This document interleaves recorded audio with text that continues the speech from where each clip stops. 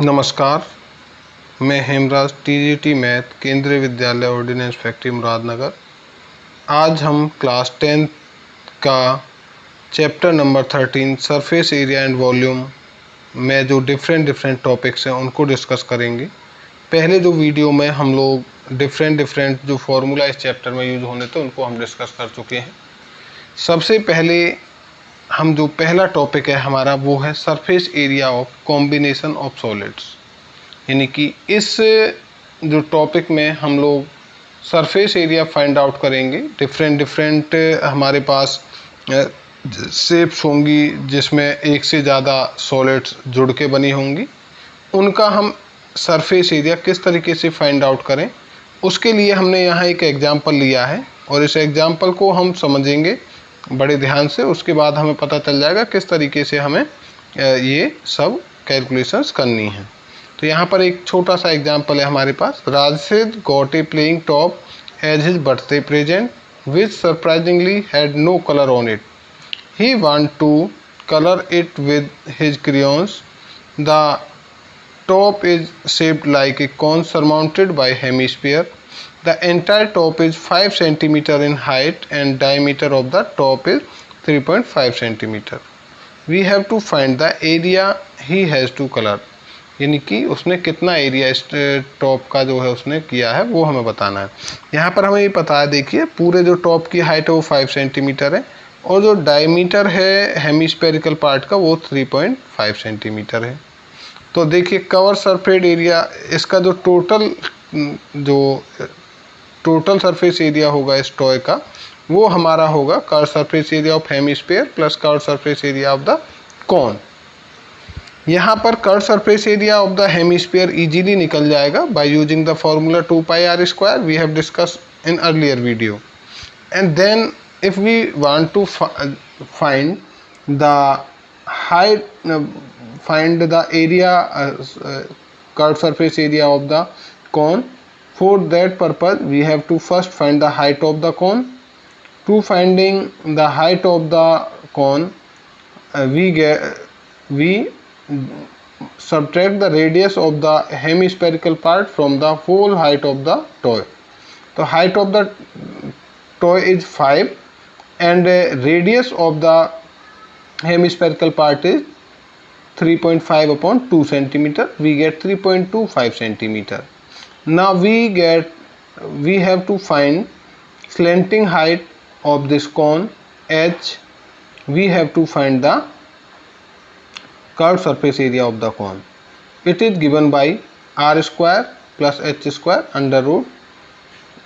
After putting the values we get 3.5 centimeter and curved surface area of the this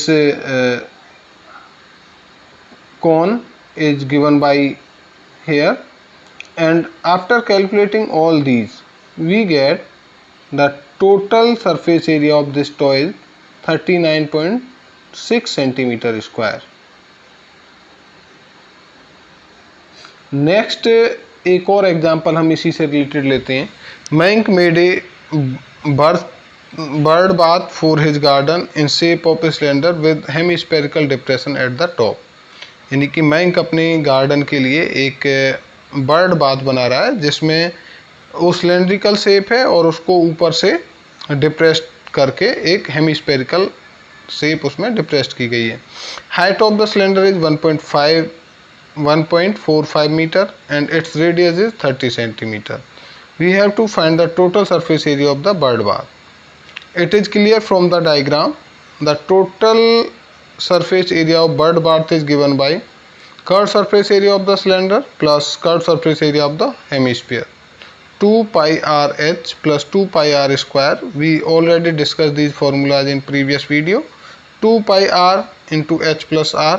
After putting these values we have 2π is 22/7, r we have given 30 centimeter and h is 1.45 meter. We convert it into centimeters. It's mean 145 centimeter plus 30 we get in centimeters 33,000 centimeter square. After converting it in meter squares we get 3.3 metre square. Next part of this chapter is volume of combination of solids. अभी हमने discuss किया surface area of combination of solids, अब हम volume of the combination of solids discuss करेंगे। यानी कि दो यदि सॉलिड्स हमने ज्वाइन कर दिए हैं तो उनकी वॉल्यूम हम लोग किस तरीके से निकालें। इसके लिए हम एक छोटा एग्जाम्पल लेते हैं जिससे हम इसे इजीली समझ पाएंगे। A juice seller was serving the customers using glass as shown in the figure like this. Here this hemisphere is this hemispherical part is raised from bottom, in which the diameter of the inner diameter of the cylinder glass was 5 centimeter, but the bottom of the glass has been hemispherical raised portion which reduce the capacity of this glass. If height of the glass was 10 centimeter, find the apparent capacity of the glass and its actual capacity. यानी कि हमें actual में दिखाई कितना दे रहा है और उसमें एक्चुअल में कितनी जो लिक्विड आ रहा है वो हमें बताना है। The inner diameter of the glass is 5 centimeter and height is 10 centimeter. So we get here radius equal to 5 by 2 centimeter or 2.5 centimeter.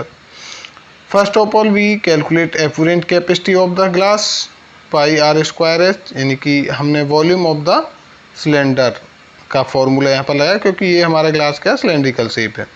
Pi are square, पाई 3.14 यहाँ पर लिखा हुआ है, use pi equal to 3.14, radius 2.5 into 2.5 plus 10, height we have given 10 centimeter. We after calculating we get 196.25 centimeter square, but actual capacity of glass is less than by the volume of the hemisphere at the base of the glass, क्योंकि उसने यहाँ से इसको glass को एक hemisphere के equal ऊपर की तरफ रेज किया हुआ है जिससे उसके अंदर जूस कम आए। इट इज लेस्ड बाई, यानी कि वो लेस कितना होगा, जितना वॉल्यूम होगा किसके, स्फीयर के, हेमिस्फीयर के वॉल्यूम के बराबर। हेमिस्फीयर का वॉल्यूम हमें दिया जाता है 2/3 pi r cube. We get 2/3 into 3.14 into 2.2 into 2.2 into 2.2। By putting the value in this formula we get 32.71 centimetre cube. After calculating both these, now we have to find actual capacity of this glass, apparent capacity of the glass यानी कि actual में जितना वो पूरे cylinder के बराबर, and volume of the hemisphere. ये हम क्या यदि माइनस कर दें apparent capacity ऑफ ग्लास में से वॉल्यूम ऑफ द हेमिस्फीयर, तो हमें एक्चुअल जो कैपेसिटी है वो ग्लास की हमें पता चल जाएगी। इसके बाद जो नेक्स्ट इसके अंदर टॉपिक है वो conversion of solid from one shape to another. Here is one example to discuss this part, यानी कि जैसे कई बार हम लोग एक शेप से दूसरी शेप में किसी सॉलिड को चेंज कर देते हैं। जैसे बहुत सारे बच्चे क्ले से खेलते हैं तो वो बहुत सारे चीज़ें बना के एक से दूसरी में चेंज करते रहते हैं, या फिर बहुत सारे मशीनरी पार्ट्स या वो आयरन को कास्ट करके बहुत सारी चीज़ें बनाई जाती हैं। तो वो किस तरीके से होगा वो हम लोग देखते हैं। इसमें एक हम दूसरे जो हमारे पार्ट्स होंगे, जैसे किसी वाटर से फिल्ड वेपन के अंदर हम कोई ऑब्जेक्ट डालें तो वो अपने वॉल्यूम के इक्वल चीज़ें डिस्प्लेस करेंगे, वो इस तरीके के प्रॉब्लम्स हम लोग डिस्कस करेंगे। A cone of height 24 centimetre radius of base is 6 centimeter made up of a modeling clay. A child reshaped it in the form of sphere. We have to find the radius of the sphere. First of all we find the, यानी कि इस case में हमारी जो volume होगी वो दोनों यानी कि स्फीयर की और सिलेंडर जो हमारे पास क्या था कौन था, दोनों की जो वॉल्यूम होगी वो सेम रहेगी। ठीक है, अब क्या चीज़ हमसे पूछी है, देखो हमारे पास पहले कौन था, हमने कॉल की वॉल्यूम फाइंड आउट कर ली। उसके बाद हम ये मान लेते हैं कि जो स्फीयर जो नया बना उसकी रेडियस r है, तो उससे हमारी वॉल्यूम क्या हो जाएगी 4/3 पाई आर क्यूब। अब हमें ये पता होना चाहिए जब भी इस तरीके से हम किसी भी शेप का कन्वर्जन एक शेप से दूसरी शेप में करते हैं तो जो वॉल्यूम होती है वो हमेशा क्या रहती है, सेम रहती है, वो चेंज नहीं होती है। सरफेस एरिया चेंज हो सकता है लेकिन वॉल्यूम चेंज नहीं होती है, ये आपको हमेशा याद रखना है। 4/3 pi r cube, it is the volume of the sphere, and 1/3 pi into 6 into 6 into 24, it is the volume of the cone. After calculating we get r equal to 6, so we can say that the radius of sphere is 6 centimeter. In such type of problems we always keep in mind that the volume will always remain same after converting one shape to another shape. After that, first term of a cone. First term of the cone we have already discussed in the previous video. What is a first term of the cone? If we cut a cone parallel to its base by a plane, we get two shapes. One is small cone and other is first term of a cone. Here is an example of first term of the cone. Its upper part is first term of the cone.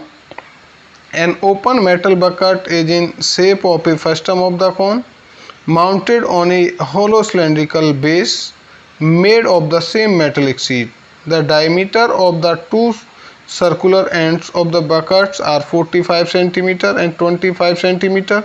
The total vertical height of the bucket is 40 cm and that of the cylindrical base is 6 cm. Find the area of metallic sheet used to make the bucket, where we do not take into account the handle of the bucket. Also find the volume of water the bucket can hold. यानी कि यहाँ पर एक तो हमें इस bucket को बनाने में जितनी जो सीट है यूज हुई है वो फाइंड आउट करना है, और दूसरा हमें इस बकेट के अंदर कितना वाटर भरा जा सकता है, यानी कि कितना वाटर इसके अंदर भरा जा सकता है वो बताना है. तो सबसे पहले हम यहाँ पर देखें, हमें इसकी टोटल हाइट दी हुई है 40 centimetre, which include the height of the base. Here this is cylindrical part of यानी कि base is cylindrical. The height of the first term of the cone is given by 40 minus height of the base, यानी कि 40 minus 6 equal to 34 centimeter. We have to find curved surface area of this first term, so we need slant height of the first term, which is given by under root h square plus r1 minus r2 square, where r1 is 22.5 centimeter, r2 is 12.5 centimeter and height is 34 centimeter. After putting these value in this formula, we get L equal to 35.44 centimeter. The area of metallic sheet is given by curved surface area of the first term of the cone plus area of the circular base plus curved surface area of the cylinder. After calculating all these, we will get the volume required sheet. Now the volume of the water that bucket can hold, also known as the capacity of the bucket, is given by 1/3 pi h r1 square into r2 square plus r1 r2.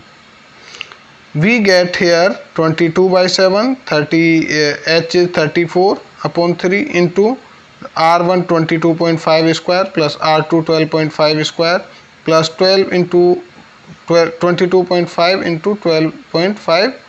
After calculating it, we get 33,615.48 centimeter cube and its volume is 33.62 liters approximately. धन्यवाद.